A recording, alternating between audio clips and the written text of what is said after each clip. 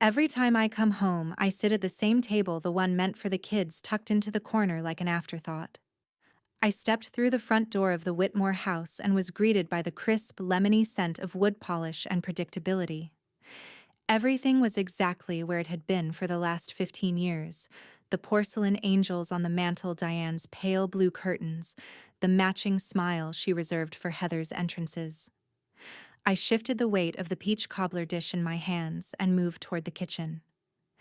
Diane took one glance at it and, without a word, placed it on the far end of the counter.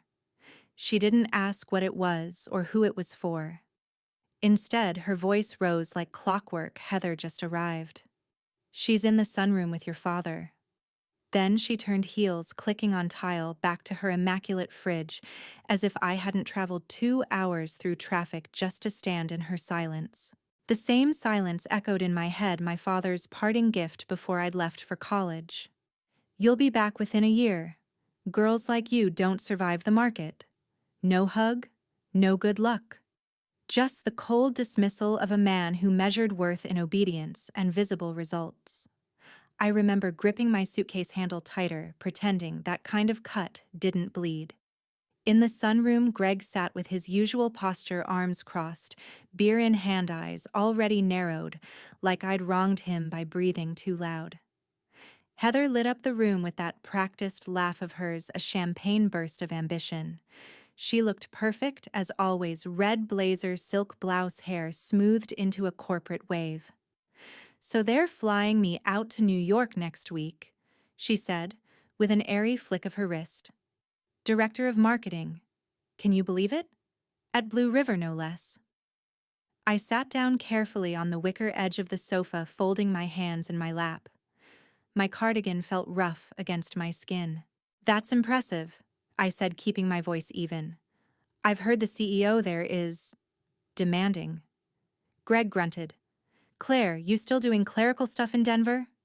I smiled gently, eyes drifting to the untouched cobbler.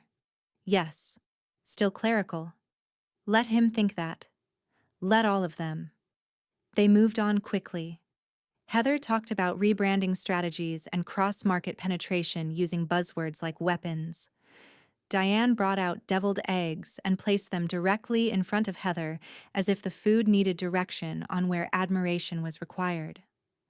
When dinner setup began, Diane called over her shoulder, Claire, can you get the kids' table out of the garage? It wasn't a question. It never had been.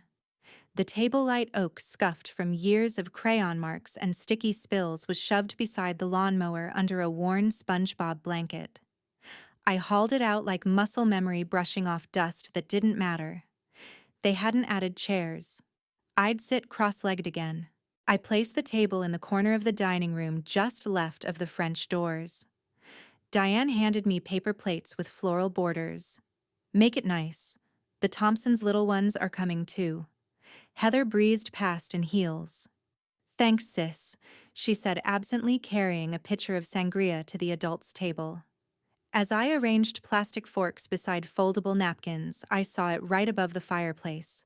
A framed photo of Heather beaming, holding her Top Young Leader award at some charity gala. Gold embossed. Signed by the mayor. My gaze lingered for a beat too long. Diane caught me looking. That was such a proud night, she said softly, voice warm like freshly folded laundry. I didn't respond. I sat down, legs tucked beneath me, staring at the table meant for children. The conversations around me faded into polite hums and clinking glasses. They think I'm still the intern who got lost in her first day. That's fine. Tomorrow the illusion cracks. There's no photo of me graduating in this house. Just Heather. Heather in uniform. Heather at Yale. Heather in Paris. Morning sunlight filtered through the linen curtains, casting soft shapes on the carpet and overexposing every glass frame on the mantel. I sat with a mug of black coffee, legs crossed on the same armchair I used to get scolded for climbing on with muddy shoes. The walls hadn't changed, only grown more crowded with Heather's accomplishments. Her in front of the Eiffel Tower. Her shaking hands with the governor. Her beside a plaque that read, Leadership Excellence Award. Not a single photo of my MBA ceremony. I'd mailed them a framed one, the same neutral silver frame Diane always liked. I even tucked a note inside. Thought you'd like to have one for the family room. Love, Claire. It arrived. I checked the tracking, but it never showed up here. You should see the guest list, Diane. Aunt Linda chirped as she ambled into the room, balancing her tea and a lemon square like a magician. Such names. I told Bob we ought to get on the HOA board again. Heather's promotion really lifts the whole family. She looked at me, then eyes flitting up and down my plain cardigan. Still answering phones. Claire. Ever think about night school? I took a slow sip of my coffee and smiled. Every now and then. Linda giggled, oblivious. That's nice. I read somewhere even nurses are going back to school. You should never stop improving. From the hallway, I heard Heather's voice on speakerphone, probably updating her Instagram story or confirming her next blowout. The sound was as ever-present as oxygen here. Diane stood at the mantel, gently dusting and adjusting Heather's photo from her Yale graduation. She tilted it half an inch, stepped back, then nodded in quiet satisfaction. Not once did her eyes scan the room enough to meet mine. Careful, I said lightly, you might overpolish the glass. She didn't respond. Instead, she moved to a side shelf and began rearranging some vacation snapshots, removing an older frame entirely. My chest tensed when I recognized it, the photo I'd sent. No longer displayed. Just gone. Replaced by one of Heather holding a wine glass at a vineyard in Napa. Thought that one was charming, Aunt Linda said, peering over Diane's shoulder. She looked so in control, so alive. I breathed in through my nose, exhaled slowly. My fingers dug into the ceramic of the mug. On the muted TV, a scrolling headline caught my eye. Blue River Systems acquires next-gen AI in a $130 million deal. The photo beside it showed a blurry figure shaking hands with a nervous-looking CTO. My face wasn't visible, of course. I'd insisted on that. You know what that means, Aunt Linda said suddenly. Heather's firm's gonna have access to those creepy robot tools now. All that AI gobbledygook. Big deal. I chuckled softly, lowering the mug. Yeah, huge deal. Diane glanced up. Just talking about the Blue River deal Aunt Linda offered. Diane nodded vaguely, brushing dust from a stack of magazines. Then she turned to me and said, Don't slouch, dear. Heather's boss might come to the BBQ this year. You'll want to look put together. For a moment, the silence was so sharp it whistled in my ear. I blinked twice slowly. I heard, I replied, steadying my tone. He already RSVP'd. Diane lit up. Well, that's exciting. Heather said he's quite influential. You know, dear, it wouldn't hurt to ask him for a business card or advice. Never too late to network. Aunt Linda added, Bring your resume. You never know. The laughter that bubbled inside me didn't reach my lips, but I felt its heat simmer behind my eyes. I turned back to the mantel. Heather. Heather. Heather. The frames formed a shrine, and somewhere between their gleaming surfaces and their curated memories, I saw my own story being quietly erased. They still thought I was the background character, the one you didn't photograph, the one you didn't frame. But I knew what was coming. I'd written the script. Let them clean the grill and count the chairs. I already know where the real fire will start. I once wrote my mother a letter begging her to see me. I never mailed it. But I never deleted it either. The walls of my old bedroom still wore the same faded lilac paint from when I was 14. A soft layer of dust coated the bookshelf where high school trophies for things I never cared about, debate club spelling bee, most improved tennis player, sat untouched. Someone had stacked extra paper towels in here like it was a glorified supply closet. The air smelled faintly of lavender and disuse. I sat on the edge of the twin bed, knees drawn in, laptop open across my thighs. The unsent draft was still there. Dated February 10th, 2017. Subject line: Please read this, Mom. I reread it slowly. I know I'm not Heather. I don't speak like her or win things like her. But I work hard. I got my MBA because I wanted to make you proud.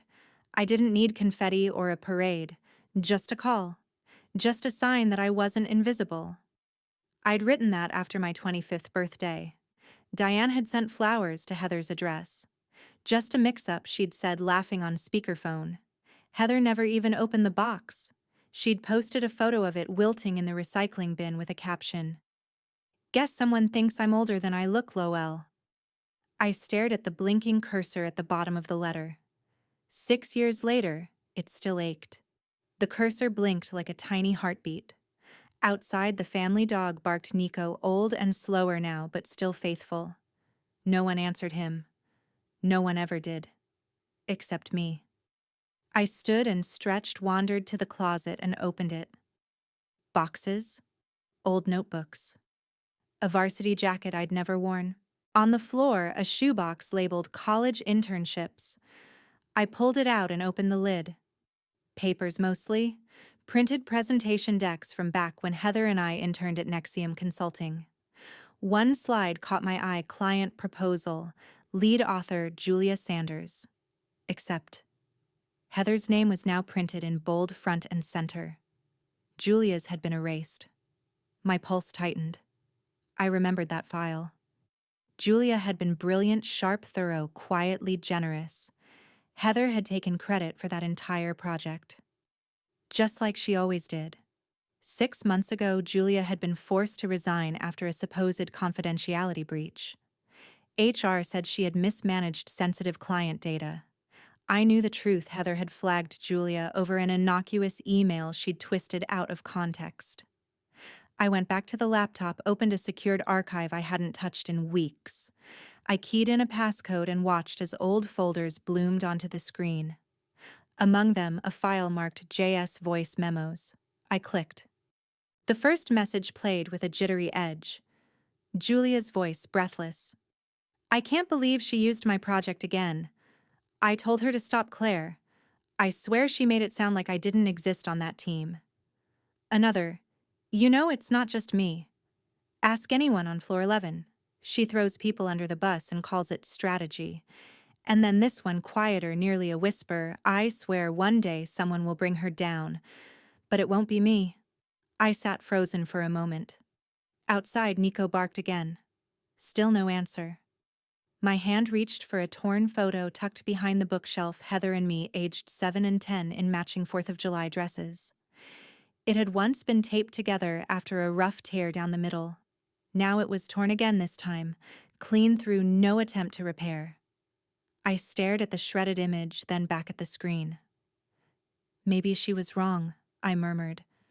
"Maybe it will be me." My fingers hovered for just a second longer, then forwarded Julia's message to my secure work email. I watched the progress bar fill. Then I closed the lid of the laptop with a soft click. War, I was learning, didn't start with explosions. It started with forgotten drafts. Ethan Walsh arrived at exactly 2:00 p.m., on time as always. The patio clock clicked like a countdown. The backyard smelled like charcoal and overripe watermelon. Folding chairs circled the barbecue pit, red plastic cups swayed in sweaty hands, and a Kenny Chesney song hummed faintly from a Bluetooth speaker tucked near the lemonade dispensers. It was the same every year, down to the paper napkins with little American flags printed on them, even though no one really remembered why we were celebrating. I stood near the edge of the drink table, sipping water and watching Heather hold court. Her dress, a blush designer piece I recognized from a Vogue spread, flashed slightly in the sun every time she moved. She was mid-story, about navigating tough personalities in upper management, which earned polite laughter from Uncle Ray and a knowing smirk from Diane. Heather leaned toward me, whispered, "My boss might swing by. Don't embarrass me, okay? Like, maybe keep the IT chatter to a minimum." I smiled, eyes steady on hers. "Of course." She turned away, satisfied. The hum of conversation dulled for a beat. Then the gate creaked open with its usual metallic complaint. At the far end of the yard, a figure stepped in. navy slacks, crisp white shirt, no tie. Brown Oxfords polished to a whisper. Ethan Walsh. He moved through the yard like he belonged there, one hand in his pocket, the other offering a casual wave. He paused briefly under the shade of the patio umbrella. And then, in a voice rich and resonant, he said, "Madam Whitmore didn't expect to see you here." Silence. The kind of silence that sticks to the roof of your mouth. A fork clattered onto a plate. Aunt Linda gasped audibly. Madam Gregg looked up from the grill, eyes narrowing as if trying to match Ethan's face to a name. Diane blinked once, then twice, confusion flickering before she recovered with a tight smile. Heather froze wineglass halfway to her lips, her brow furrowed like she was trying to do mental math in a language she'd forgotten. I tilted my chin just slightly and stepped forward. "Welcome to our little get-together, Mr. Walsh," I said calmly, evenly, letting the words settle like dust on polished glass. Ethan's lips twitched. "Pleasure's mine." Heather's eyes darted between us. "Wait. How do you two know each other?" Her voice was sharp, a crack in the polished surface.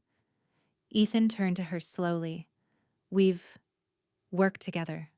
"Worked," she repeated. Like on a campaign, he didn't answer. Instead, he picked up a lemonade from the table and sipped slowly, as if the question hadn't been asked at all. I saw it then, the way the dynamic tilted like a table with one short leg suddenly righted. People looked at me now. Really looked. I wasn't Claire the clerk or Claire the family ghost. I was something else. Something undefined. Unsettling. Aunt Linda tugged on Diane's sleeve. "Madam Whitmore, like... boardroom." Madam Diane laughed, a brittle thing. "Oh, surely just a... joke, right, Claire?" I gave no reply. Behind the grill, Greg's hand trembled. The tongs slipped from his grasp, landing with a metallic clang against the patio stone. No one moved to pick them up. Heather stared at Ethan like she'd misread the entire book of her life. "Wait. He's kidding." "Right." Ethan glanced at me. Then deliberately he said nothing. Just sipped again, his gaze sliding over the stunned faces.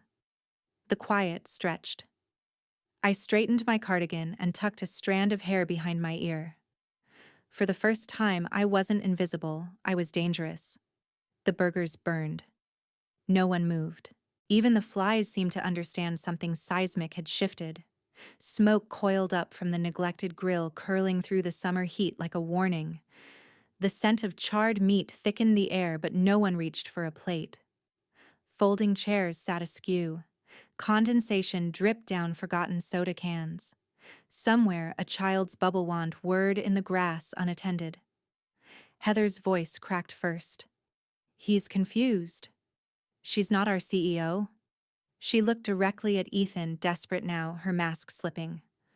"Right, I mean she's Claire." Ethan didn't blink. "Claire is my boss. She signed my last 3 paychecks." The words hung like a thunderclap, heavy and undeniable. Aunt Linda's lips parted in slow motion.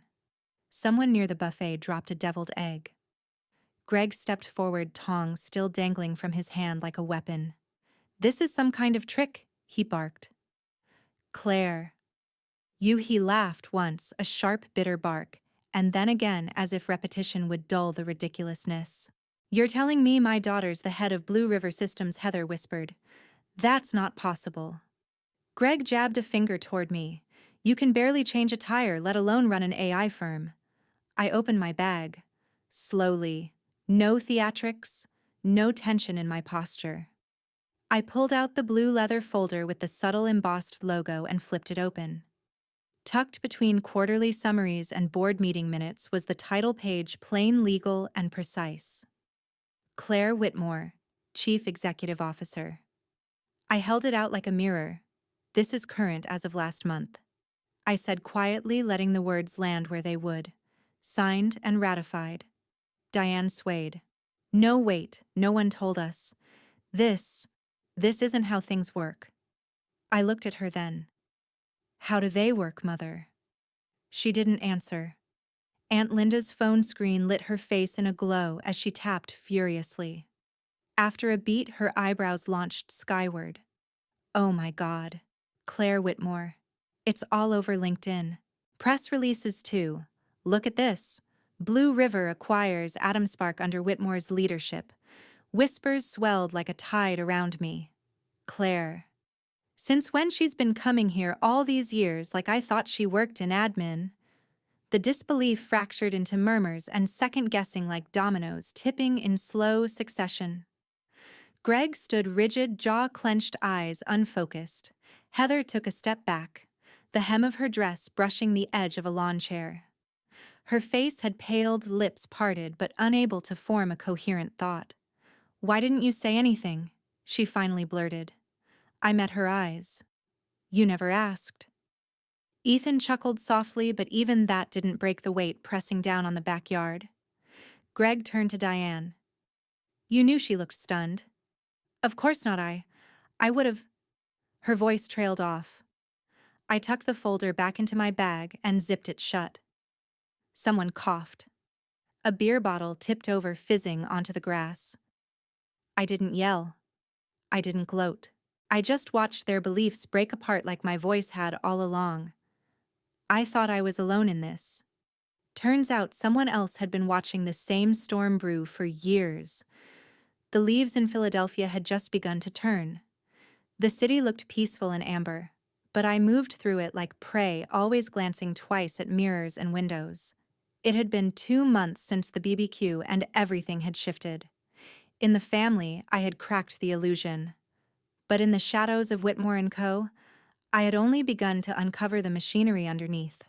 It started with a whisper, an offhand reference in a 15-year-old HR file buried deep in our legal archives.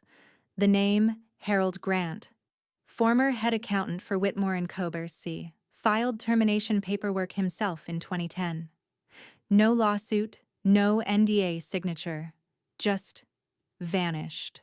So I invented a new role, Operations Strategy Liaison, and posted the listing to an obscure job board. I listed the contact under an alias. 3 days later, Harold replied. I recognized his face immediately from the file. Older now, gaunter. But the same sharp eyes and the same signature on dozens of documents I'd once been too afraid to question. We met in a converted law office just outside Philly behind a cracked green awning that read, Layton and Wells. It smelled like dust and mold. The receptionist hadn't been real, just a ringtone loop on a speaker. Harold looked me over before he spoke. You're not here to hire me. No, I admitted. I'm here because I think you know what happened to my equity. The Alder Creek Trust, the Phantom Exports, the shelf corporations in Delaware. He let out a bitter laugh. Hell of a legacy your family built. I said nothing. Let the silence stretch. He eventually caved. I found the holes. Offshore accounts. Triple invoiced transactions. Payrolls for employees that didn't exist. Back in '09, I brought it to Michael, their outside advisor who handled tax shielding. I thought it was a mistake. He paused, looked out the dusty window. They made me an offer. Payout plus a pension if I disappeared. I was tired. I took it. But I kept something. For insurance. He handed me a black notebook.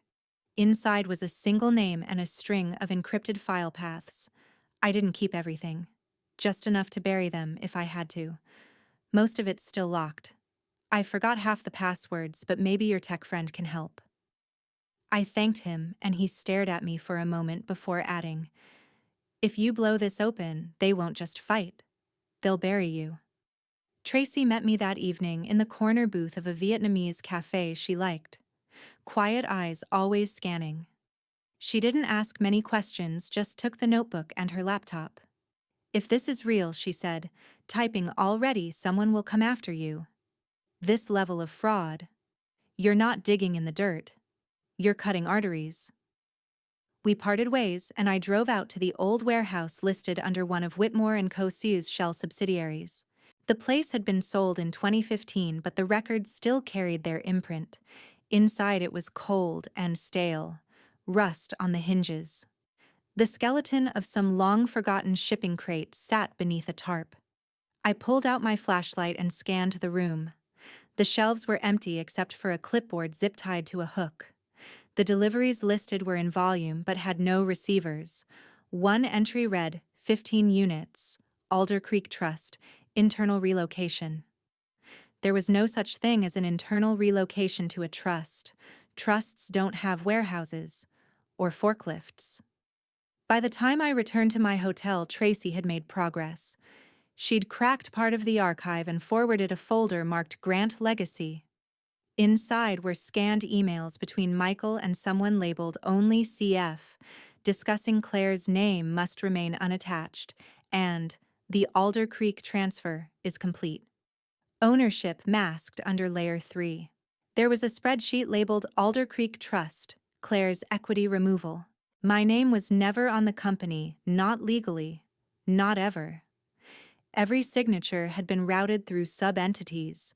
Every voting right held in trust under Michael's name on Claire's behalf. I wasn't just erased. I was never meant to be there to begin with. The night was still and sharp when I stopped by Tracy's apartment to drop off an external drive for backup. We didn't talk much, just exchanged looks. Both of us knew the air was too quiet. At 2:13 a.m., her living room window shattered. We ducked. Glass exploded across her couch. A rock rolled to the carpet. No note, no warning, just a USB drive. On it, a label scratched in permanent ink. Back off. I looked at Tracy. She didn't flinch. Too late, I said. I already didn't. Hey, think I don't know how to hit back? That's their first mistake. I closed my laptop at 2:17 a.m., the glow of the co-working space monitors painting a faint halo across the empty glass walls. No janitor, no late-night hustlers. Just me, Tracy's encrypted USB, and a Bloomberg login under the name F. Halberd. I'd always liked swords. The op-ed was surgical. I didn't name names I didn't have to. The words did the work. A troubling trend of asset reclassification and family-owned laundering patterns across select East Coast real estate portfolios suggests a systemic issue warranting deeper audit. Clean, cold, lethal. By sunrise, niche forums had picked it up. A few Reddit threads buzzed with theories. Financial Twitter bit down hard. Tracy messaged one word live. It was out. I made sure it never linked back to me. Burner VPN fresh profile ghost email. But I knew Michael would see it for what it was, a warning shot. I wanted him to twitch. He did more than twitch. By afternoon, 2 of Whitmore & Co.'s long-standing pending deals in Delaware had stalled. Internal flags. Unexpected liquidity freeze, according to an insider blog. I smiled and poured another cup of stale office coffee. By evening, Tracy called me on Signal. You should see this, she whispered. She had cracked into the Whitmore family group chat archive. Diane's tablet ran updates like clockwork, and her password was still Heather 1985. Jennifer's message blinked in the center of the screen. Did you talk to Harold? So they knew he hadn't stayed quiet. And then, as if the ghosts were finally stirring, a message dropped into my anonymous inbox. Encrypted. Untraceable. Just one sentence. Meet before they bury this. Cafe 802 Thursday. Jay. I didn't reply. Didn't need to. If it was a trap, I'd see it. If it was James, the junior executive who vanished after questioning a line item labeled Alder Creek retainers, then I had to risk it. He had disappeared from LinkedIn, scrubbed from the HR site, ghosted by all former colleagues. But if he was still breathing and reaching out, he might know what I didn't. Tracy tried to talk me out of it. You're moving too fast, she warned. Let it steep. Keep pulling threads. I shook my head. This thread's fraying. If someone wants to talk, I'm listening. Thursday came bitter and gray. Cafe 802 sat tucked between a locksmith and a vape shop on South Broad. The front window had condensation sweating down the panes, and the barista barely glanced up when I walked in. Just 6 tables, 2 customers. No one suspicious. No blue SUV this time. I scanned the back corner empty. The waitress gestured to a seat near the counter. I nodded, ordered a chamomile tea I wouldn't touch, and waited. 10 minutes passed, then 15. The bell above the door jingled. A courier in a beige coat entered holding a manila envelope. He didn't look at me, just placed the newspaper on the empty table beside mine and left. Instinct said, run. Curiosity said, look. I reached over slowly. The paper was folded twice, tucked in on itself. Local news headline, City Council delays zoning vote. I unfolded it. Inside was a single photo. Black and white. Grainy. Me leaving Harold's office 2 weeks ago. My hand on the door, my face half turned. Behind me, blurred but clear enough, the plaque with his name. Harold J. Grant, CPA, retired. I stared at it, blood hammering in my ears. Someone was watching the watchers, and I had just been made. I thought I was playing chess. Turns out Michael built a trapdoor under the whole board. The marble floor of McAdams LLP felt colder than it should have. Or maybe I was just finally stepping into terrain that couldn't be warmed by confidence or charm. Legal territory was different. It smelled like steel and paperwork, and it moved slower than justice should. Eleanor McAdams didn't look like the kind of lawyer you'd find in the family's inner circle. That's why I trusted her. Gray silk blouse, no-nonsense bun, and eyes that didn't flinch when I laid the documents on her desk. He removed my equity through a trust revision. I want to file for audit and recovery.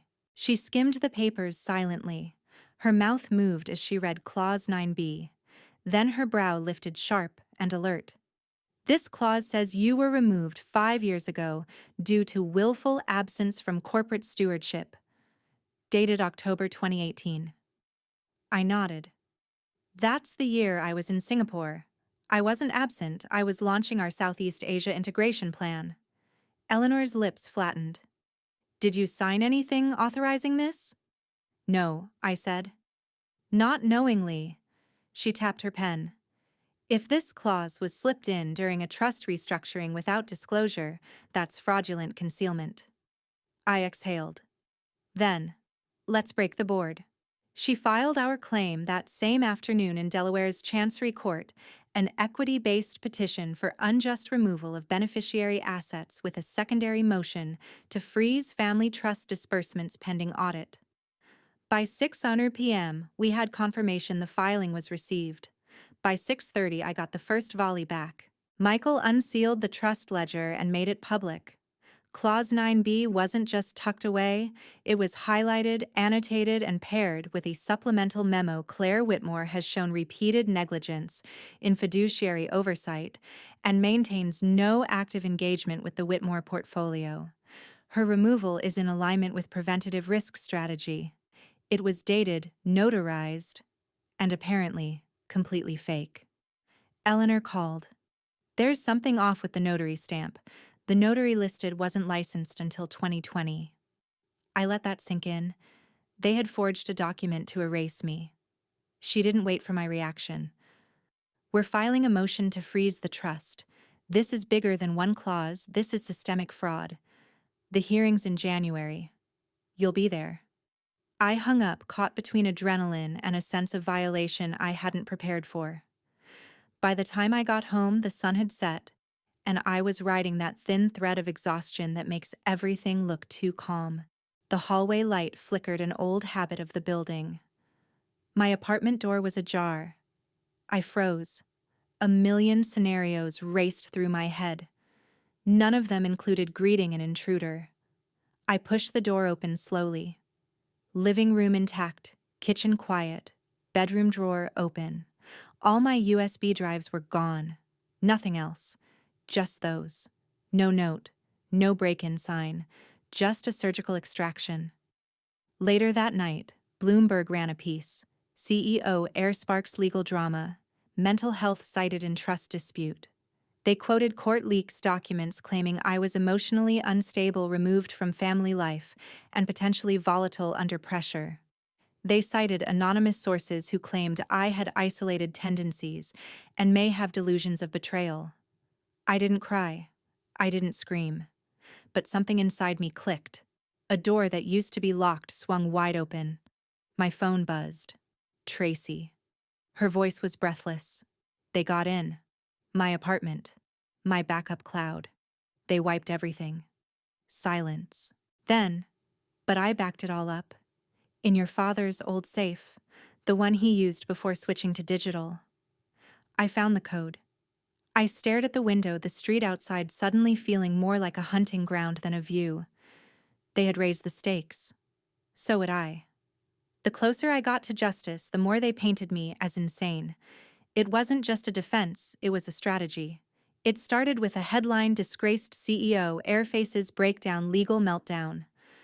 Under it, a grainy photo of me in college mid-argument at a campus protest. I'd been 20, tired and furious about a canceled ethics course. Now it was framed as violent instability. Then came the podcast clips, sliced, edited, weaponized.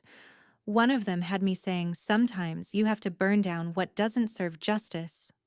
I'd been talking about outdated regulations, but in Michael and Jennifer's hands it became a declaration of war. The algorithm took care of the rest. Suggested searches: Claire Whitmore meltdown. Claire Whitmore. Fraud. Claire Whitmore. Dangerous. By the end of the week I was a hashtag, not a person. Tracy sat beside me at the safe house in Jersey City, her fingers flying across her laptop. They've planted at least 50 burner accounts in finance forums. Same narrative: you're unstable, you stole company files, and now you're spiraling. Jennifer's fingerprints are all over it. I sipped stale coffee and stared at the rain smearing the window. They don't have to prove I'm wrong, I said. Just convince enough people I'm unwell. Tracy nodded. It's reputational warfare, standard stuff. But it's getting physical. I raised an eyebrow. She turned the screen. A paparazzi video showed me outside a grocery store 2 nights ago, hood up, face blurred, but it was me. A voice shouted, "Hey Claire, how's the lawsuit?" Still hearing voices, I hadn't told Tracy. I hadn't told anyone. But I'd gone home that night, shaking. The next morning, Jennifer's email arrived. Subject: you've been warned. Body: you'll be silenced. One way or another. She didn't even bother with a signature. That's when I understood the play. They weren't fighting my claims. They were erasing my standing to make them. I closed my laptop, walked into the guest bedroom, and opened the safe. My father's old one. Inside, Tracy had stored our backups, the drive, the audio files, the court motion drafts. But suddenly, it all felt like kindling. Facts meant nothing if no one believed the one holding them. So I did the thing they least expected. I went public. On LinkedIn of all places. Not Twitter. Not Medium. LinkedIn. Where reputation still clung to decorum, where people in suits whispered truths behind comment threads. I wrote, the rumors of my mental instability are false, malicious, and deliberately timed. I was removed from Whitmore & Co. via a trust clause I never signed. I have initiated legal proceedings backed by documents from before my grandfather's passing. For anyone watching, understand truth doesn't always scream. Sometimes it waits patiently while lies dig their own graves. Claire Whitmore. I included no photos, no hashtags, no attacks, just words, measured, sharp. Within an hour, it had 10,000 views. By the afternoon, 42,000 tolerant. People began reposting old press releases, digging into filings, asking, wait, wasn't she the one who negotiated the Blue River merger? My silence had protected them. Now it protected me. The real break came at 7:04 p.m. Eleanor called, her voice clipped with urgency. You need to get to my office. Now. Tracy and I took an unmarked cab, looped twice to ensure we weren't tailed.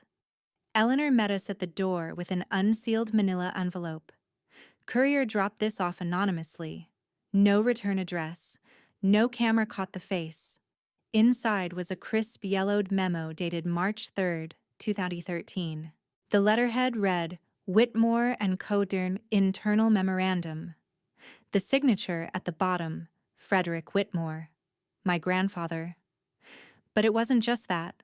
There was a handwritten note in his shaky cursive one I recognized from birthday cards and the margins of business plans. Claire will lead us when I'm gone. She's the only one who sees the long game. FW. My hands trembled as I passed it to Tracy. Eleanor had already started scanning copies. This changes everything, she said.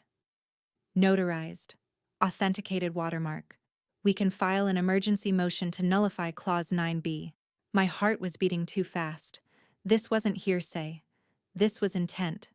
Legacy. Law. My phone buzzed. A text from Eleanor.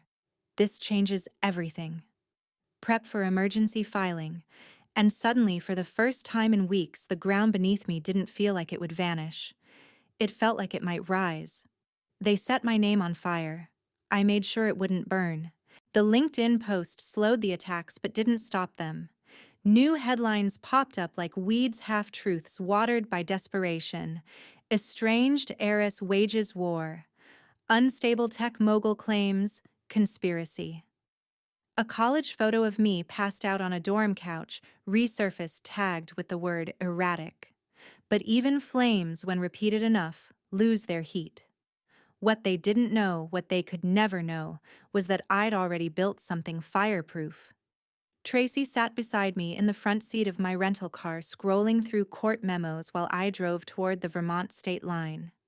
Neither of us spoke for a while. Trees gave way to snowbanks, the kind that piled up slowly like secrets left too long in silence. "Are you sure it's here?"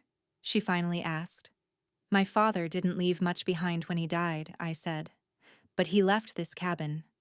And according to Mr. Garrison, the neighbor, he spent a lot of time here during the last year, after he started pulling away from Michael."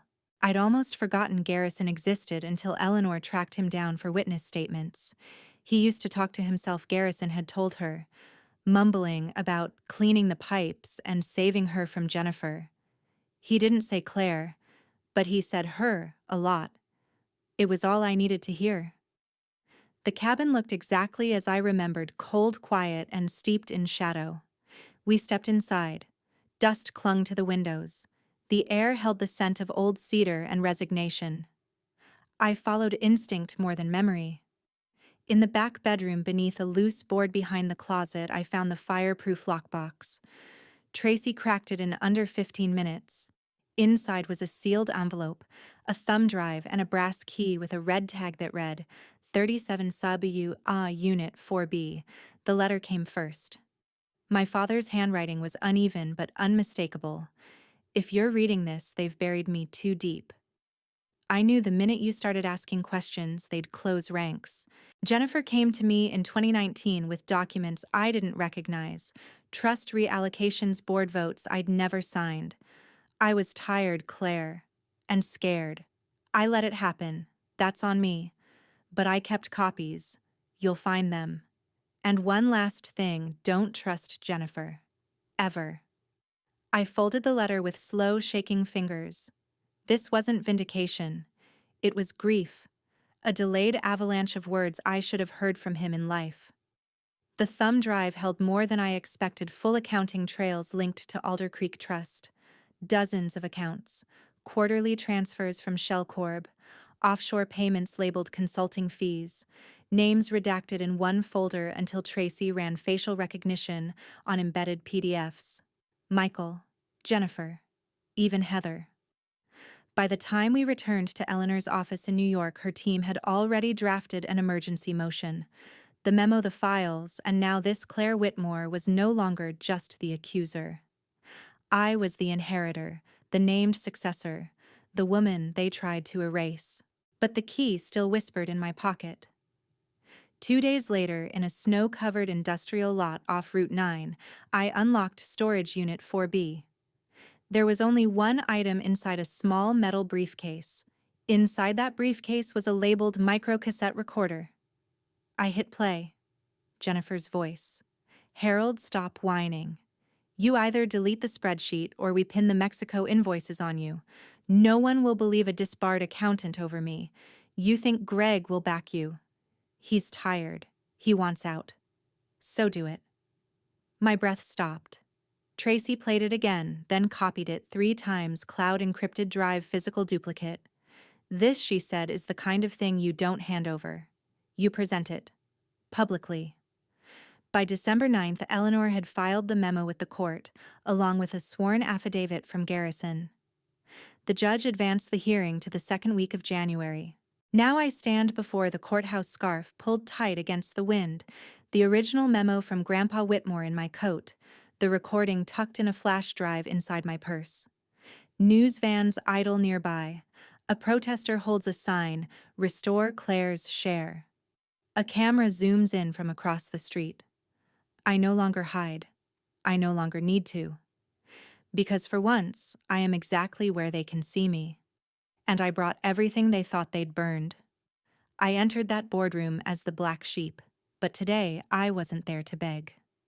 The carpet was the same ivory weave from my childhood, the chairs still polished walnut engraved with brass plaques denoting Founder Chairwoman Strategic Officer.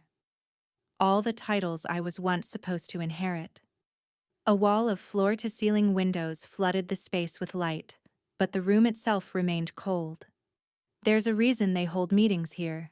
Sunlight flatters no one. It reveals. Eleanor to my right, Tracy behind me in plain black, and Mr. Brenner from Brenner Corp across the table sipping espresso as if this was any other quarterly review. At the head of the table sat Charlotte, chairwoman, sister enforcer. Harold shifted beside her, sweaty palms visible under the cuffs of his suit. Olivia scrolled on her phone, too poised, too calm. She already knew something was coming. She just didn't think it would be her. I appreciate everyone being here. I began, voice clear, every syllable razor trimmed. Given the turbulence in recent quarters, I've prepared a review of strategic discrepancies in our reporting, specifically within the M&A filings between Q4 2021 and Q3 2023. Harold flinched. Brenner raised an eyebrow. I clicked the remote. The screen behind me lit up transaction flowcharts, cross-linked vendor IDs, and falsified contracts with a mirrored pattern of fund siphoning through Alder Creek Trust subsidiaries. I'll get to the summary, I continued, but let's begin with the analytics behind procurement outflows. You'll note repeated invoice codes tied to shell firms, Conway Logistics Thatch, and Sons Alder South Holdings. All linked through a central IP address originating from Olivia's executive assistant's terminal. The silence in the room thickened. I'm sorry, Olivia cut in, smiling faintly. Is this a strategic review or a conspiracy theory lecture? I didn't answer. Instead, I changed slides, forged emails, redlined internal edits with metadata. One bore Olivia's digital signature.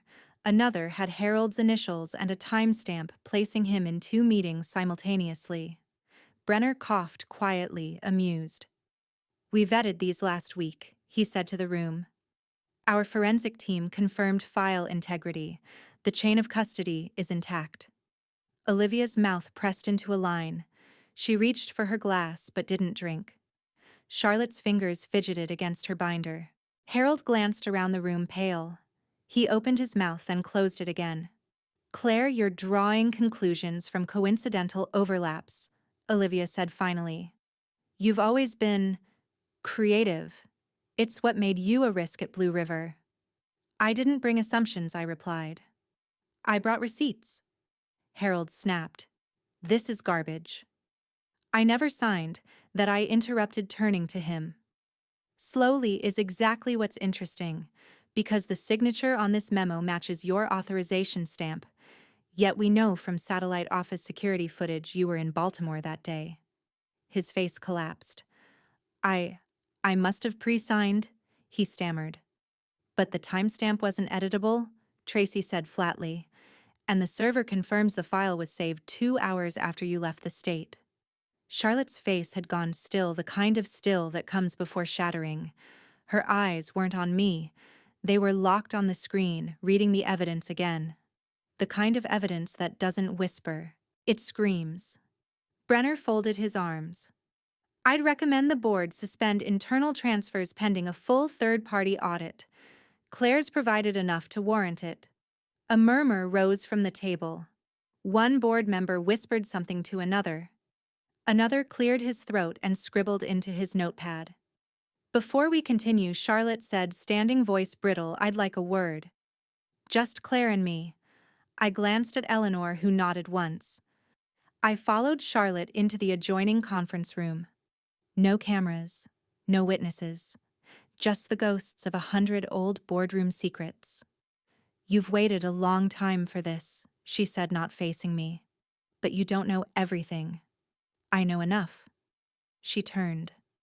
Her face looked older than I remembered, less regal, more resigned. You're not the only one who's been keeping files, Claire, she said. I saw what they did to you. But what they did to Dad was worse. You think this is about equity? This goes deeper. Much deeper. She reached into her handbag and pulled out a small key. Locker 338. Union Bank. Ask for the Langston folder. And Claire. Her voice caught just slightly. You'd better be sure you want to open it. I'm not afraid of the truth, I said. Charlotte stared at me for a long beat. Then she laughed softly without humor. Then you're not ready. Not really. Because some truths don't set you free. They bury you. I took the key. It was warm, like it had been gripped for too long. I'll take that risk, I said. She turned back toward the boardroom door, her voice low as a shadow. You're not the only one collecting secrets. But are you ready for mine? I stood there, still holding the key, heart hammering in a rhythm I hadn't felt in years. A new door had opened, and I didn't know yet if it led to vindication or destruction. But I was already walking toward it. When masks fall, they don't make a sound, but they leave a mess. The meeting room Charlotte chose was 3 floors below the main boardroom, buried in a forgotten corner of Whitmore HQ that once hosted tax strategy briefings and compliance memos no one ever read. Now it held something far more dangerous: truth. Charlotte sat across from me, no blazer, no makeup, just her, unadorned, exhausted, but steady. I should have done this a long time ago. She began pulling a sleek gray flash drive from her purse. Back when Dad first got sick. What stopped you? I asked. She didn't blink. Harold. She slid the flash drive across the table. There's a video on there from 2018. Dad was too weak to challenge anything by then.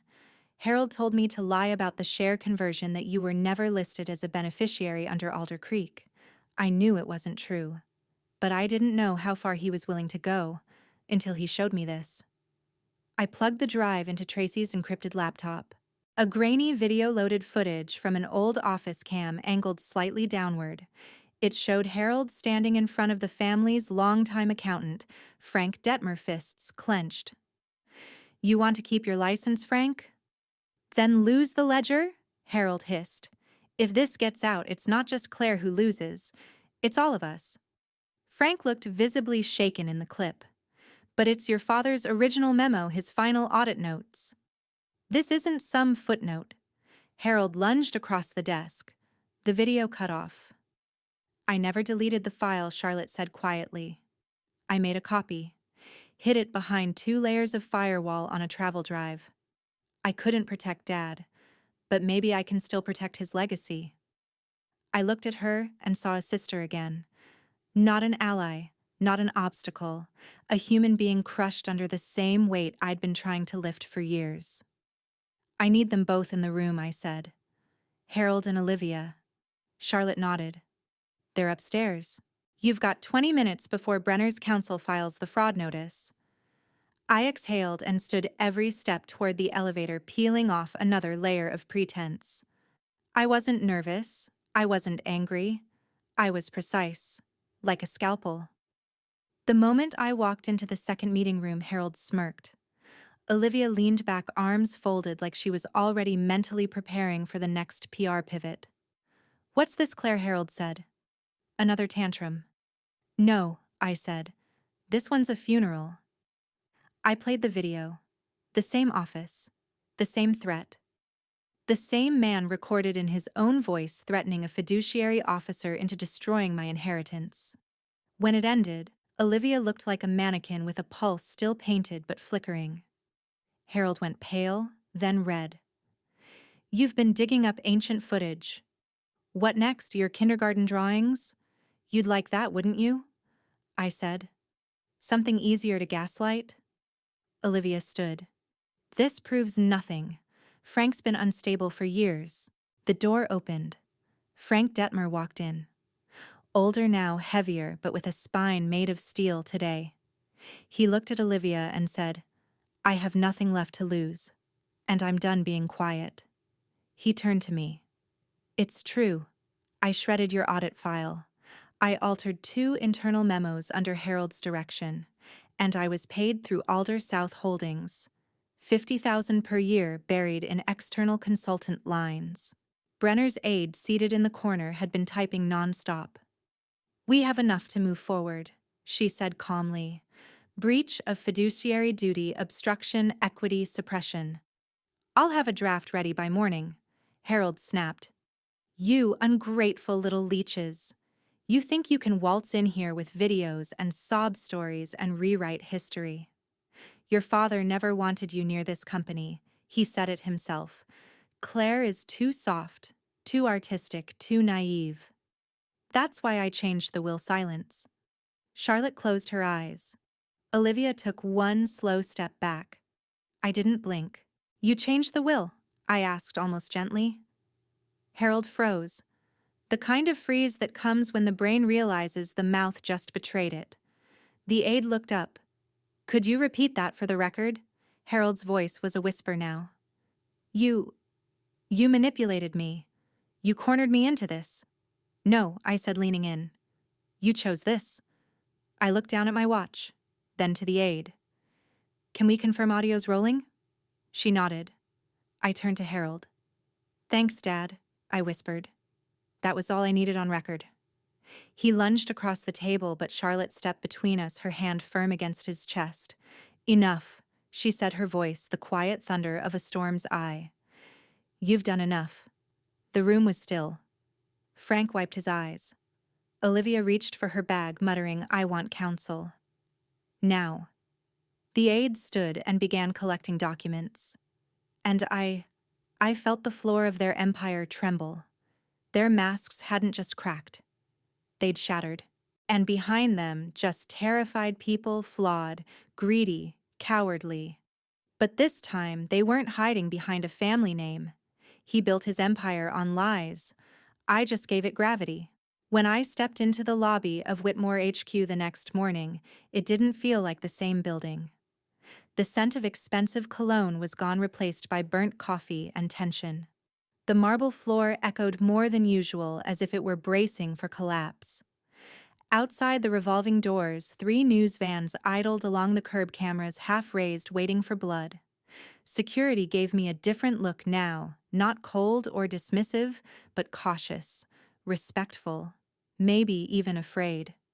Harold's outburst, captured in clean 4K clarity by the recording Charlotte handed over, had detonated while the board was still processing yesterday's damage. I didn't release it publicly. I didn't need to. I sent it along with documentation to our corporate legal division, 2 board members I trusted, and most critically to the firm representing our largest institutional investors. By the time I reached the elevator, word had already spread. Ms. Whitmore, the CFO, Janice Gray, greeted me on the 34th floor with a tight nod. She'd never called me anything but Claire until now. Legal's waiting, she added, leading me down a hall where tense faces peeked out from glass offices. Some staff whispered my name like a prayer, others like a curse. Harold was still in his corner suite when the investor's liaison from Crestview Capital arrived, escorted by security. I watched from the conference room as she knocked once, entered without waiting, and 3 minutes later emerged with a face like she'd just waded through a sewage pipe. Board meeting. Emergency vote, she said briskly to the lead director. 10 minutes later, Harold was out. No ceremony, no defense, no grandstanding, just silence, and a short clipped statement: Mr. Harold Whitmore is removed from the board effective immediately due to breach of fiduciary trust and pending legal review. Security flanked him as he exited, face gray tie, undone cheeks, wet not with tears but sweat. He looked back once. I didn't blink. By noon, the media storm had broken through whatever restraint they'd tried to hold. Screens in the lobby flashed updates like lightning strikes. Whitmore family implosion, boardroom war turns public. Ghost accounts, threats, and tampered will sources say fallout just beginning. Social feeds flooded with clips, memes, and speculation. Old articles resurfaced quotes from Olivia's past interviews, especially one where she'd mocked softer leadership styles, and claimed she earned every cent. I suppose that's what made the next blow sting more. In the afternoon board meeting one she couldn't skip, Olivia sat stiffly across from me, her power suit impeccable, her jaw locked. "We have questions about these bonus disbursements," Janice said, sliding a stack of spreadsheets down the table. "The signatures are yours. The ghost accounts tie back to divisions you oversaw." Olivia didn't reach for the papers. "This is petty," she said, low and sharp. "You're digging because you hate us." "No," I replied. "I'm digging because the truth was buried alive." Then came the line that cracked her mask. "I didn't know they were ghost accounts," she hissed. "I signed what I was told to sign." There it was, on record, an admission. A few board members leaned back, others scribbled, and one Mr. Brenner, the CEO of Brenner Corp., looked at me like he'd finally figured out which horse to bet on. By the time the meeting adjourned, Olivia had aged 10 years. Outside, her phone buzzed non-stop. Reporters circled like vultures. An intern rushed past, muttering something about shares being frozen and a compliance team request. The empire was burning. I slipped away before anyone could corner me. On the elevator ride down, I allowed myself a moment of quiet satisfaction. I hadn't needed to scream. I hadn't needed to beg.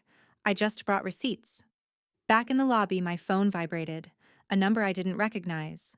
No caller ID. I hesitated, then answered. A woman's voice clipped precise. "Claire Whitmore." "Yes. I represent Olivia Whitmore. My client wishes to negotiate privately." I didn't reply right away. I stepped outside, letting the December chill bite through my coat as the crowd of journalists spotted me and began shouting questions I didn't answer. The woman continued. "A settlement. Terms favorable to you. She's ready to talk." I glanced across the street where a young reporter held up her phone recording. I met her gaze and nodded slightly. The reporter raised her eyebrows. The world was watching now, and it wasn't finished. "I'll consider it," I said, then hung up. Because I didn't need a settlement. I needed a reckoning. Revenge wasn't supposed to feel like grief. But it does.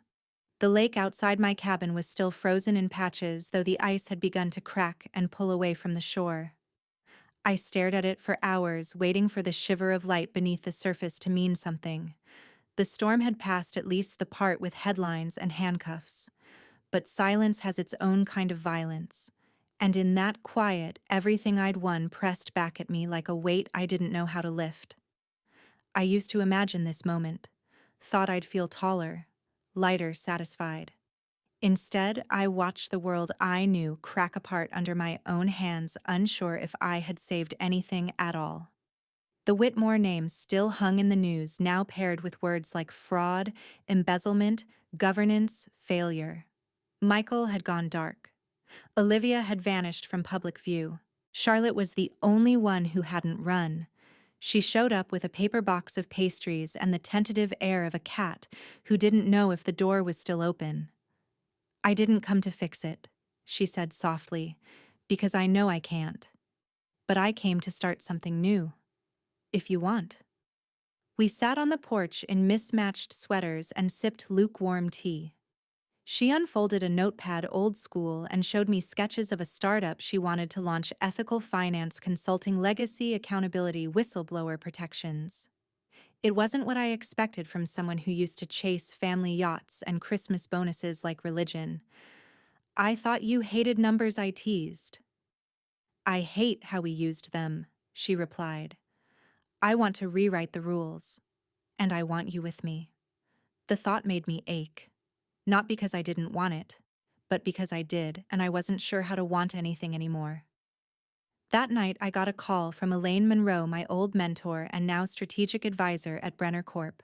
Her voice was gravel and gold, still clipped and powerful. They're restructuring Whitmore's East Division. The board wants someone with spine. You've been requested by name. I laughed too loud.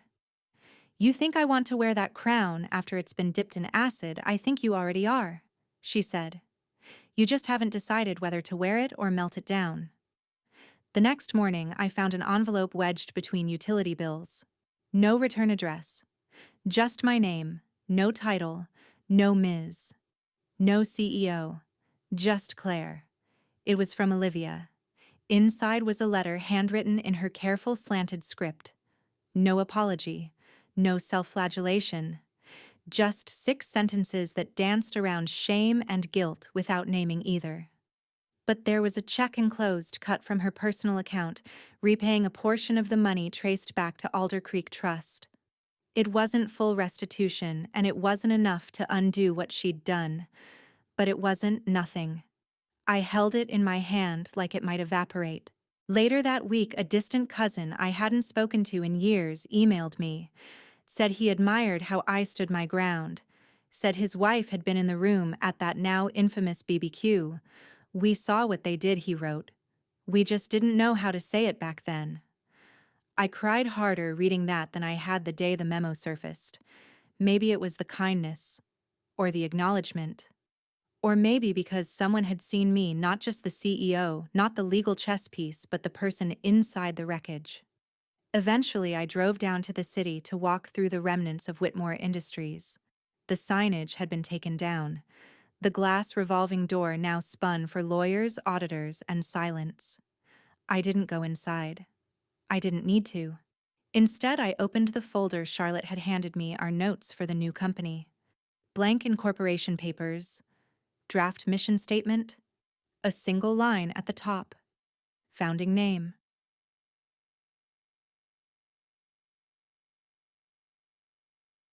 I stared at the space for a long time. Then I wrote my own name, not theirs. Claire Whitmore, founder, CEO, survivor. They used to say my name like it was a problem to be solved, a weight to carry, a mistake. Today they say it with respect and a hint of fear. And that's not even the best part. The sun hung low over the lake, casting gold across the surface like a curtain drawing closed. I stood near the grill apron over slacks, laughing with a few junior staffers from Brenner Corp. It was a new kind of family BBQ mine. My name was on the lease. My company's logo shimmered on the banners. No ghosts in sight, just future. When I clinked my glass to call for quiet, people actually stopped to listen. Some roots I began grow back stronger after the storm. A few heads nodded. Tracy raised her cup from the back. Charlotte leaned against the table beside me, the same sister who once watched in silence while I got erased. Now she was the co-founder of a new ethics-first fund under our firm. It wasn't redemption. It was realignment. As the crowd relaxed back into their conversations, a journalist from Bloomberg approached me, recorder already in hand. "Ms. Whitmore," she said, eyes sharp. "There are still unanswered questions about." I smiled, took a step closer, and lowered her mic gently. "I'll let the silence speak." She blinked, then nodded. No further questions. The music swelled. Someone lit sparklers for the kids. I was just reaching for a lemonade when I noticed her Olivia standing at the far end of the dock, her posture tight, a small wooden box in her hands. I felt Charlotte stiffen beside me. "She wasn't invited," she murmured. "No," I said, my gaze steady. "But maybe she's finally here to listen." Olivia didn't make a scene.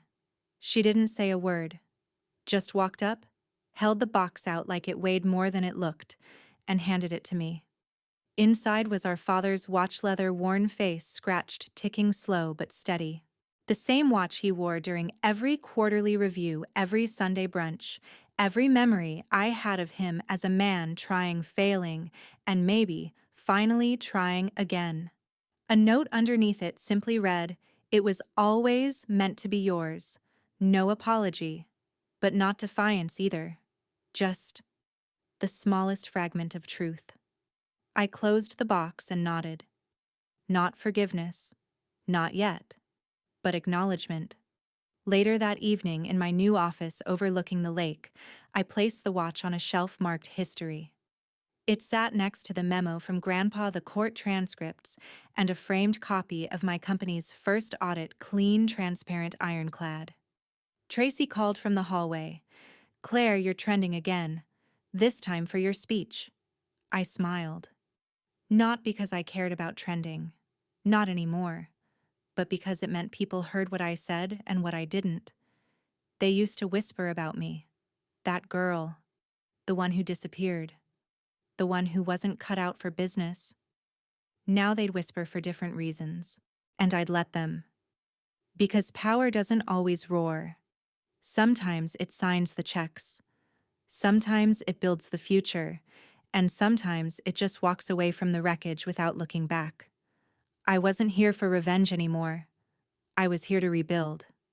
And this time, the foundation bore my name. Fade to black. They called her useless, once laughed as they stripped away her legacy, but truth, unlike lies, doesn't decay in silence. One by one, the masks crumbled, revealing the rot beneath the empire they built on deception. Justice didn't come easily nor quickly, but it came because someone dared to fight when silence was expected. Like the final chord of a long-forgotten melody, justice may arrive late, but it resonates powerfully once it's heard. No wall of lies can stand forever against the tide of truth.